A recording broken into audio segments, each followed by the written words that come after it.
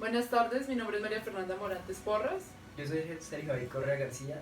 Somos estudiantes de Finanzas Internacionales de la Universidad Sergio Arboleda, pertenecientes a la Escuela Internacional de Administración y Marketing. Actualmente cursamos séptimo semestre. El día de hoy hablaremos sobre los indicadores macroeconómicos más relevantes en una economía como lo son PIB, inflación, tasa de desempleo, tasa de cambio, indicadores bursátiles y prima de riesgo, y su impacto en países tanto emergentes como desarrollados. Contextualizar las bases del siglo XXI. Con la caída del muro de Berlín, el colapso de la Unión Soviética y las demás guerras a través de la historia, la globalización se convirtió a nivel mundial en un fenómeno social, político y económico. Sin embargo, en el aspecto económico es donde más ha tenido influencia en el desarrollo de los países en el mundo, dado que este proceso quebró las barreras fronterizas, como el comercio de bienes, servicios, capital humano y tecnología. Por lo tanto, en los últimos 40 años, las economías del mundo se han basado en gran medida, por no decir todo, en hacer uso, para bien o para mal, de lo que ha traído la globalización. Partiendo del hecho de que Estados Unidos es una de las principales economías y que las decisiones que tome siempre llegarán a afectar en menor o mayor proporción a los demás países del mundo, es preciso hablar de uno de los ejemplos más recientes durante la historia, que es la crisis financiera del 2008. Debido a esto, se puede evidenciar de una manera clara y contundente cómo la desregularización de los mercados y la homogeneización de las economías por el quiebre de las fronteras puede llegar a ser fatal, no solo para un país, sino para el mundo, si no se actúa de manera prudente. Primero daré una explicación de lo que se dio en la crisis, sus causas y sus consecuencias. Entonces, primero tengo que decir que la culpa de todo y los factores que promocionaron esta crisis fue la desregulación financiera que tuvo Estados Unidos para sus agentes comerciales o sus instituciones como tal. Entonces, los bancos comerciales otorgaron un número exacerbado de créditos a créditos insolventes porque las personas que los adquirían eran netamente insolventes económicamente hablando y no tenían un factor económico para poder sustentar sus deudas. Entonces, esta crisis comenzó en el sector hipotecario, en el sector de la construcción, donde las personas adquirían a muy bajo costo préstamos para adquirir su casa o sus hipotecas. Entonces, los bancos, mientras mayor número de hipotecas otorgaban, mayor beneficios para ellos. Entonces, no les importó nunca las consecuencias que traería para las personas en el dado caso que ellas fueran insolventes. Luego de esto, estos bancos comerciales tomaron estos créditos y los vendieron a los grandes bancos de inversión, los cuales generaron paquetes de derivados con ayuda de la innovación financiera para poder hacer crecer la demanda de estos créditos que pues al parecer netamente no iban a atribuir ningún beneficio para las personas. Entonces ellos crearon paquetes de estos de diversas formas, apalancando el riesgo en los diferentes deudores que tenían. A esto los llamaron subprime. Entonces estos bancos de inversión otorgaron este tipo de créditos o de paquetes de créditos a las calificadoras de riesgo que por ser del mismo área financiera o del mismo conglomerado, otorgaron calificaciones AAA a este tipo de inversiones. Entonces, fondos de inversiones como los de los pensionados, que solo pueden adquirir este tipo de créditos AAA, comenzaron a adquirir estos créditos en todo el mundo, dando así que en caso de que el deudor se vuelva insolvente en algún principio o periodo de tiempo, esto crearía un efecto dominó que traería una crisis mundial que se agravaría a medida del tiempo o el que el tiempo pasara.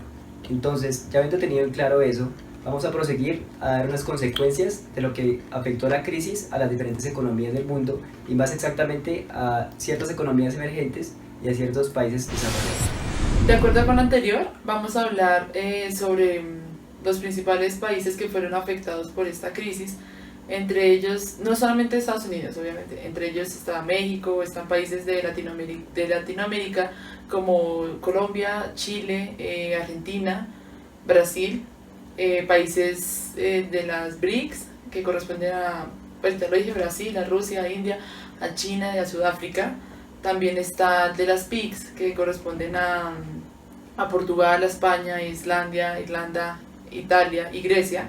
Y de Asia, que está Vietnam, Japón, China y Corea.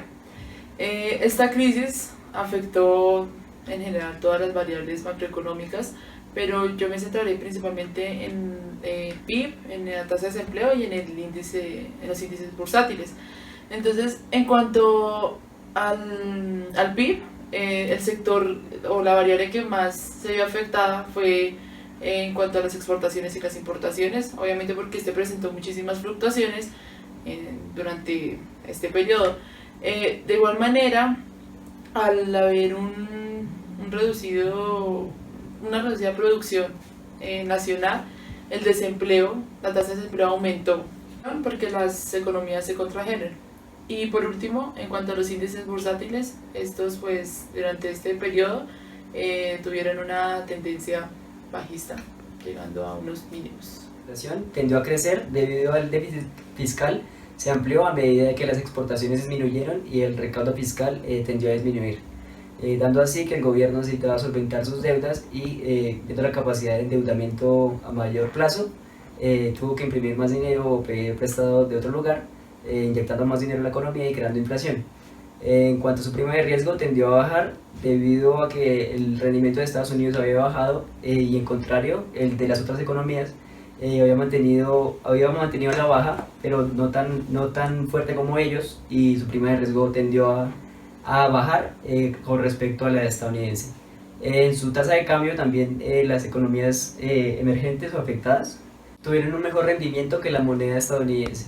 Entonces, por cada dólar que se negociaba, la moneda variable o la moneda de las economías que fueron afectadas como la europea, la de los BRICS y las latinoamericanas, y Sudáfrica y Corea y Japón, tuvieron una brecha alcista con respecto a la otra moneda. Entonces, tenían que negociar menos moneda local por la extranjera. A partir del 2010, la mayoría de los índices macroeconómicos presentaron repuntes en su economía.